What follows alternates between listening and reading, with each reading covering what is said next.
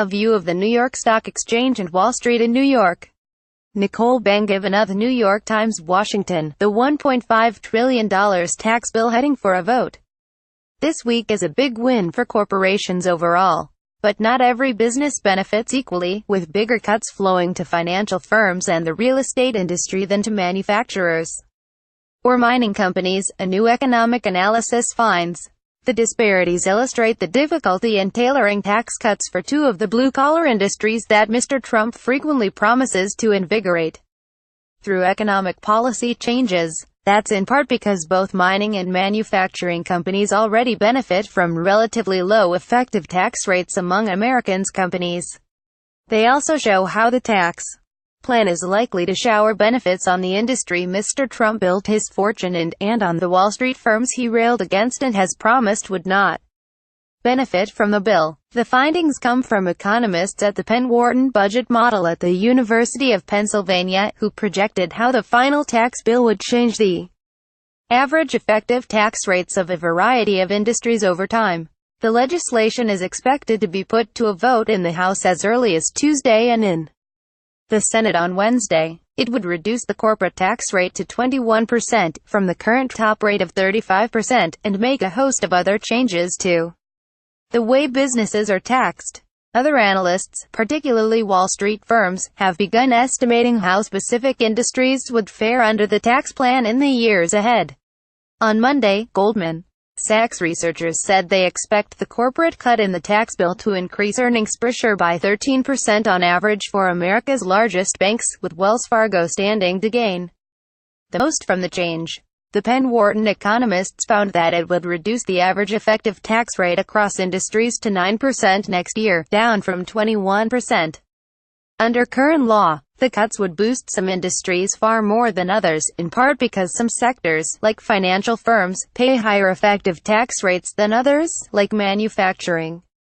Average effective rates are the tax rates that industries actually pay on profits after accounting for deductions and other tax breaks, as opposed to the statutory rate, which is set under law. The study found that real estate firms would see a 16-point reduction in their effective rates next year, and financial firms would see a 12-point reduction. Mining companies would see a cut of just under 9 points. Manufacturers' rate would fall by less than 7 points. Mounds of unsold coal stand above ground at a coal mine near Fairview, West Virginia. Luke Sherritt for the New York Times. Some industries see smaller gains because they already benefit from so much preferential tax treatment, said Alexander Arnone, a researcher with the Penn-Wharton budget model. Manufacturing and natural resource extraction already have low effective tax rates under current law, and so there isn't much room for them to fall.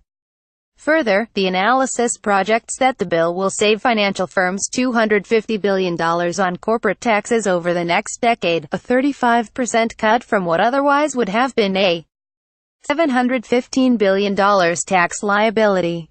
It projects manufacturers will save nearly the same amount, $261 billion. But that amounts to only a 22% cut because that industry is larger than finance, and would have otherwise faced a $1.2 trillion liability over that time. Financial firms start with a higher effective rate, and in the first few years would see a larger rate cut. In later years, though, manufacturers in particular fall prey to a pair of provisions phased in by Republicans. One is the ability to immediately deduct the cost of some capital investments, like heavy equipment and factories, which expires after 5 years. The other is a provision that effectively reduces the annual value of a tax credit for investments in research and development, which manufacturers utilize heavily. Manufacturing lobbyists say they are bullish on the tax bill and plan to fight Congress in later years to ensure neither of those provisions take effect down the road. Nearly 95% of respondents in a recent National Association of Manufacturers survey of its members said they were optimistic about their company's outlook, a record for the 20-year-old survey. More than 3/5 said approval of the tax bill would likely cause them to increase capital spending. Our members are very happy about the tax bill as it's written, said Chad Mottray, the association's chief economist. You wouldn't see that level of optimism if they didn't think this was something that's going To benefit them, manufacturers currently enjoy one of the lowest effective tax rates of any industry, and they would continue to if the bill becomes law. Penn Wharton projects that manufacturers' effective rate would drop from 17.5% to 10.9% in 2018. But that number would rebound to 15.8% in 2027 if the law remains as written.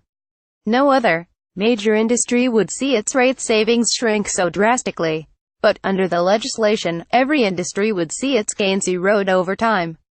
The average effective tax rate across industries, the Penn Wharton researchers calculated, would fall by 12% in 2018 compared to current law.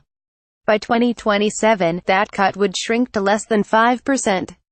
Jim Tankersley reported. From Washington and Ben Castleman from New York. A version of this article appears in print on December 19, 2017, on page 18 of the New York edition with the headline "Republican tax cuts would benefit some industries more than others."